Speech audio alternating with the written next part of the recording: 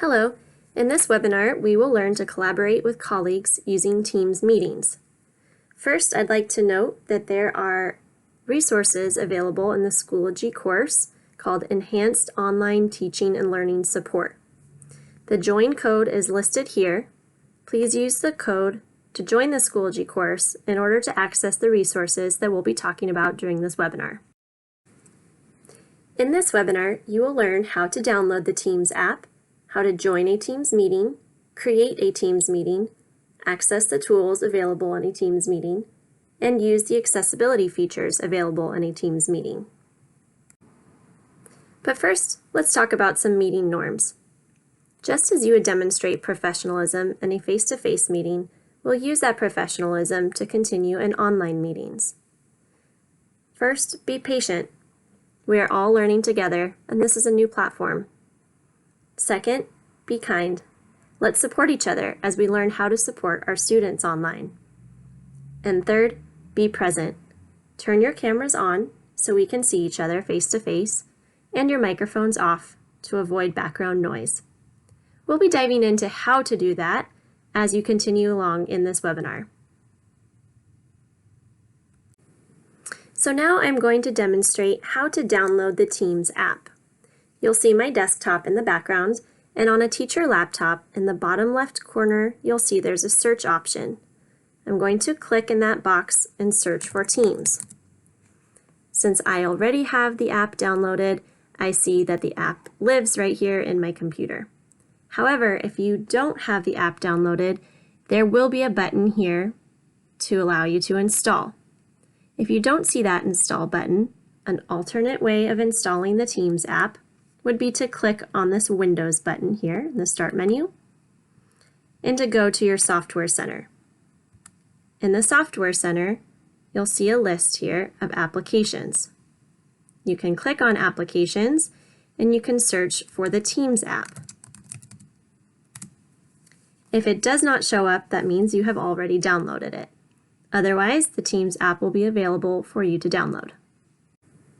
Even if you do not have the Teams app, you can still join and create a Teams meeting through Outlook. Instead of using the app, you will use the online version, which is just fine, but I prefer the app because there are more features and functionality within it.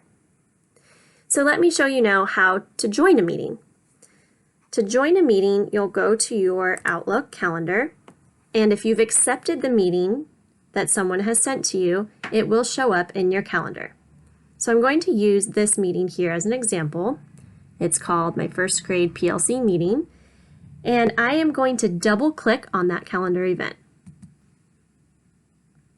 I can see the calendar event here, the date and the time, and in the message, there's automatically a link that will allow you to join that meeting. You're going to click on this link to join. It will prompt you to open up Microsoft Teams, which means you're using the app. Again, if you have not downloaded the app, that's okay. You'll click Join on the web instead. For my purposes, since I do have the app and I prefer the app, I'm going to click Open Microsoft Teams. Okay, so you will now see a Join Now button, but before you join this meeting, I want to point your attention to a couple of things down here. First, the option to turn your camera on and off. Since our meeting norm says that we're going to be turning our cameras on, let's go ahead and turn that on. Hello, now you see me. There's also the option to blur the background, which is a good idea since a lot of us are meeting at home. So I'll go ahead and blur the background now. And finally, the option to turn your microphone on or off. Now, maybe when you first join the meeting, it's good to have your microphone on so you can say hi, people can hear you, they know there's no confusion. But then eventually we'll want to mute that microphone so that there's minimized distraction of background noise. So now that I've turned on the settings that I would prefer to join the meeting, I can click Join Now. And there you are. You've joined the meeting. You'll now stay here and wait for others to join you. Okay, so I've just shown you how to join a meeting, and I want to show you one more time just to review. First, you'll go to your Outlook calendar. You'll double click on the calendar event, the meeting that you'd like to join. You'll see the Teams meeting link within the message of that invitation, or event, I should say.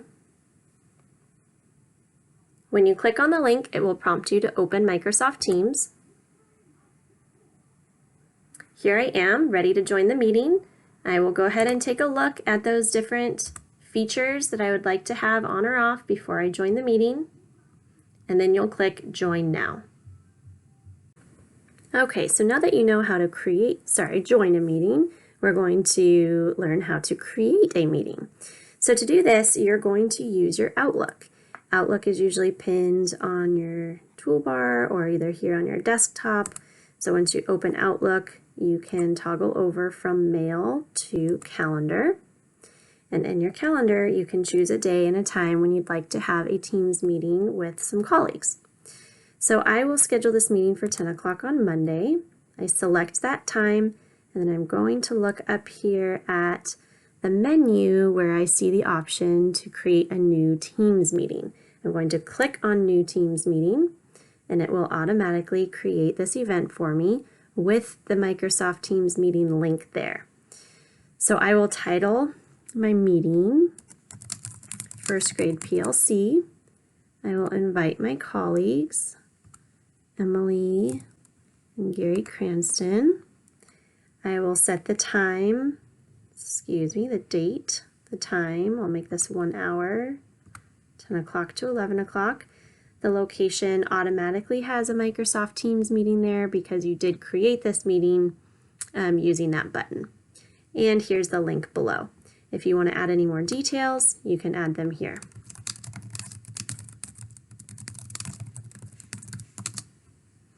Okay, I'll go ahead and send that out. And when I send that out, I notice that this meeting will appear in my calendar. This meeting will go as an invitation to the other colleagues' inbox. And so they'll see it in their inbox, they'll accept the invitation, and that invitation will also live in their Outlook calendar. When they are ready, they can just open up that invite and click the meeting to join. So let's try that one more time. We're in Outlook. I will create a meeting. I'll choose the time, click New Teams Meeting. I will enter my information. I will add my colleagues who I'm going to invite, set my time, write a note maybe, and click Send.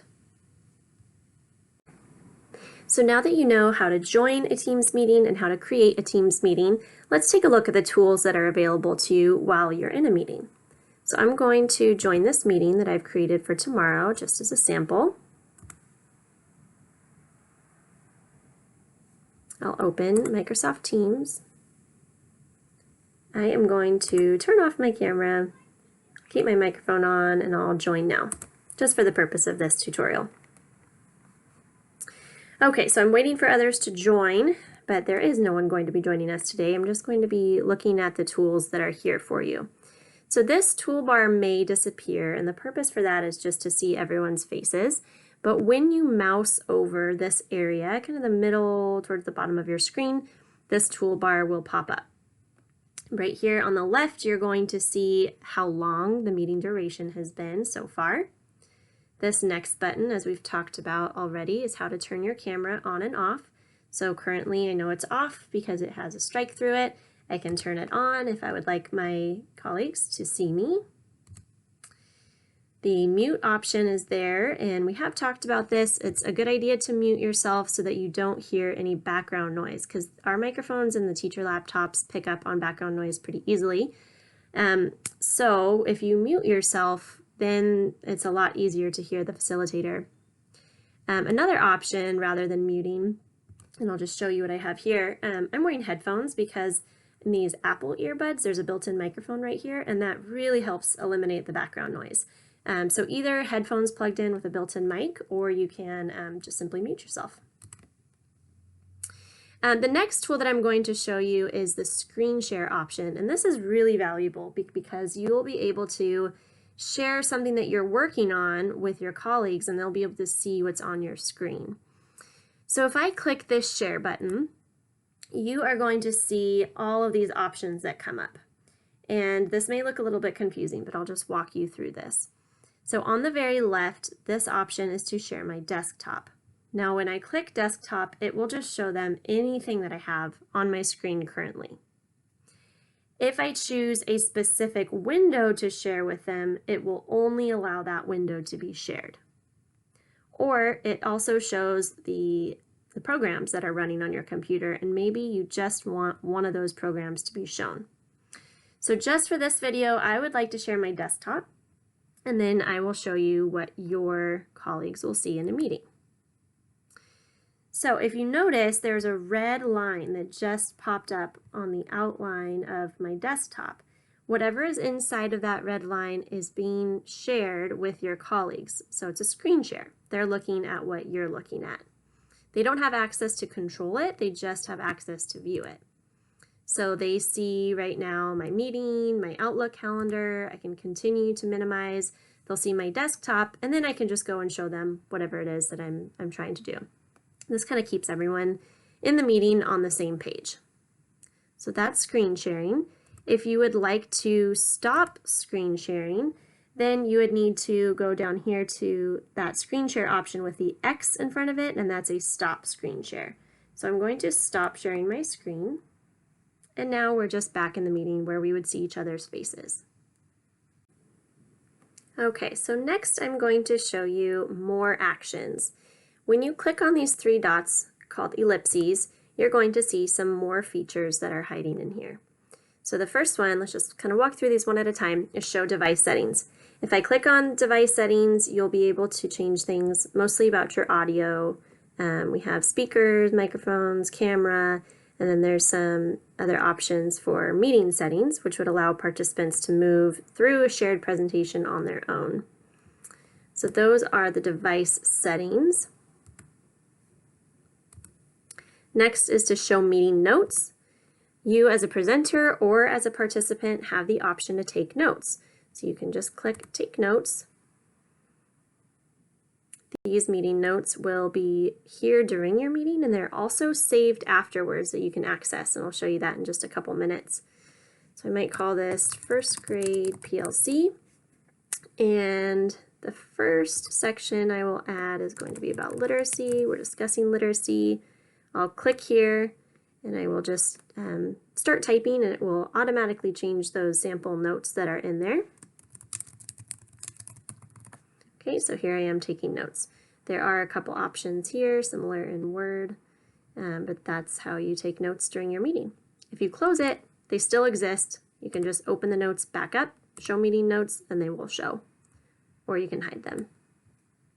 And to find them at the end of your meeting, you can go into Chat over here on the app, and I see right here my First Grade PLC, and here are the notes. Show notes in full screen from that meeting, the First Grade PLC, and your meetings will stack up here, or any other chats that you've created. So now I'll just go back into my meeting, go back into those ellipses, and we'll keep on moving. So to show meeting details, this will really just kind of tell you about the meeting, the title, the time, the date, and then here's a number for anyone who wants to join the meeting on a phone. Like let's say they're away from their computer, they're not able to click on a link, they need the phone number to dial in. You can give them that phone number and the conference ID, and they'll be prompted to put that conference ID in, and they'll be able to at least listen to what's happening in the meeting. And then down below there is a link to join the meeting. So if you need to invite someone else, you can right click and copy that link, or copy the join info here and send that out in an email to someone who you would like to invite. So those are the meeting details. Okay, moving right along, there's a full screen mode that just simply expands your screen to fit your entire screen. And I can also exit full screen mode. I like to keep it exited so I can look at my options and my tools here. You can also start video with blur. So that means as soon as a video starts, the background will be blurred for you. Okay, and I'm going to turn off my camera. There's also the ability to turn on live captioning. We're going to talk more specifically about this in a little bit. The keypad option I really don't know why someone would want to use the keypad option, but it's there for you. And then there's a recording. This is really fun because when you start recording, and we got to make sure everyone knows, hey everybody, we're recording, just so you know, we're recording. So I let everyone know, and then it says it right here at the top. Let everyone know they're being recorded. There's a privacy policy. Got it. At the end of this meeting, you are going to receive an email of the recorded meeting. It will come through as a Streams video. Stream is a platform that all Seattle Public Schools teachers have access to, but that video can't be sent out anywhere because there's no permissions for people outside Seattle Public Schools teachers. So you could always watch that video afterwards if you need to catch up on the notes. If you want to stop recording, you can just go back into your ellipses and press stop recording. And yes, I would like to stop. Okay, it says after the meeting, you can find this recording in the meeting chat or on Microsoft Stream. So we can go into the chat. We can also see it via email. And turn off incoming video. So that just means if someone were to call you and like with your settings, would you like your video to come on automatically when someone calls you and you answer a call, or would you like to keep the video off? So I actually would like to keep the video off. So I'm going to click there. And now when there's any incoming video and I accept that call, my video is off. So that way I can just be prepared for the meeting. Okay, we're moving right along. The next icon here says show conversation. So this is an option to allow your participants and yourself to engage in a chat. If you click on that button, the chat will pop up on the side. This is really helpful because instead of someone like raising their hand during a meeting, this could be the way that teachers or other staff members want to say something. If they have a question or a comment, they can put it in the chat. That way the facilitator can go through the chat and answer those questions rather than having multiple interruptions with people unmuting themselves and asking those questions. So this is just kind of a good way to moderate your meeting. If you're a facilitator, keep that chat open, let others know that it's there. They can post their questions and you can go through them. Otherwise, if you're a really small group, let's say like my PLC group of 3 of us, we might just keep all of our microphones on, and sometimes there's going to be an overlap of conversation and we're just patient with each other and we pause and wait, and that's fine too. But for larger groups, like a whole staff meeting, this is a really helpful feature. Okay, next is the show participants feature. So when you click on that icon, it will show you who else is part of this meeting. I have invited 3 others. They haven't responded and they're not here because this is just a test meeting. However, if they were here, they would be in this category of currently in this meeting. It shows that I'm the organizer because I have sent out that calendar invite. And when you have these people in your meeting, you'll see these ellipses here for some more options. So I'm going to click on that. If someone hasn't responded, I might ask them to join. Otherwise, if they're in the meeting, it gives you different options.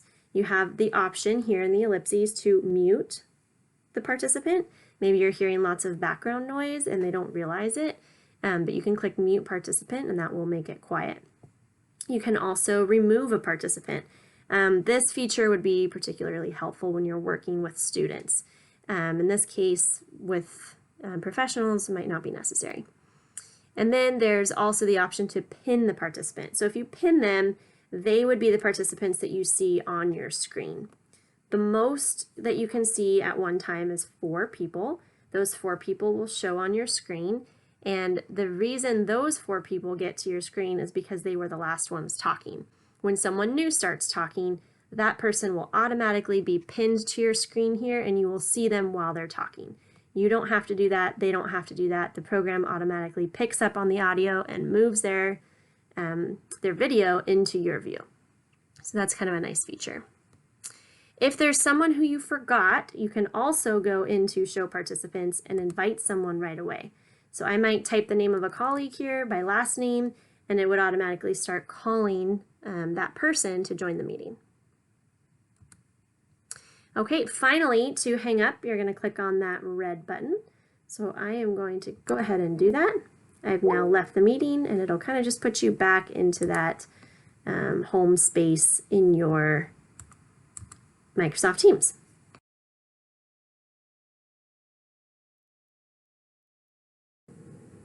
So I wanted to show you where the recording of our Teams meeting went after we left the meeting. I go to my Outlook and I see here that I received an email from Microsoft Stream, and it says that your content is ready to stream. So I have my recording here from my first grade PLC meeting, and I can choose to publish, view, edit, or share that recording. So just click on the link and it will give you options there. This recording also lives in the chat from your Teams app from that meeting. There's one more important feature that I'd like to show you about Microsoft Teams meetings, and that is the accessibility feature. So if I go to the ellipses, which I mentioned before, there is an option here to turn on live captions.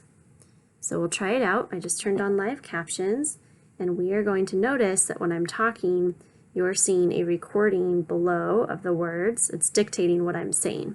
So that is one option for you to be able to provide accessibility features for everyone.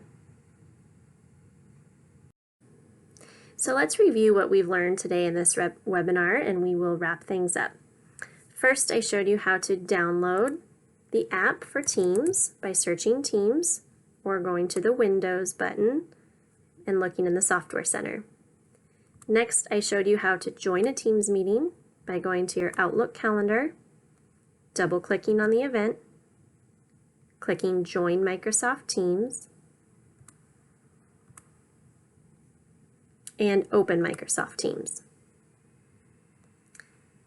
Next, I showed you how to create your own Microsoft Teams meeting by going to your Outlook calendar and choosing a time when you'd like to create a meeting, pressing New Teams Meeting, filling out the information, and pressing Send. Then I showed you the tools and we explored some of the features within the Teams meetings. The duration, the camera, the microphone, screen sharing, more actions, including our live captions for accessibility, the chat feature, participants, and ending the call. So now I just would like to wrap up with some final thoughts.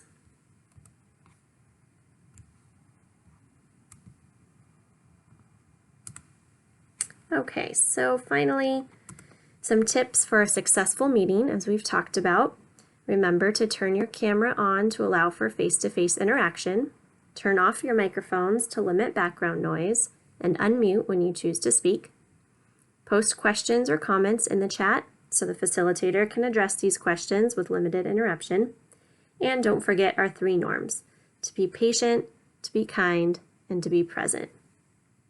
And one more thing that I would like to ask is that you complete this survey at the end when you are finished with this webinar and you've gone through the Schoology course and you've looked at the resources and materials.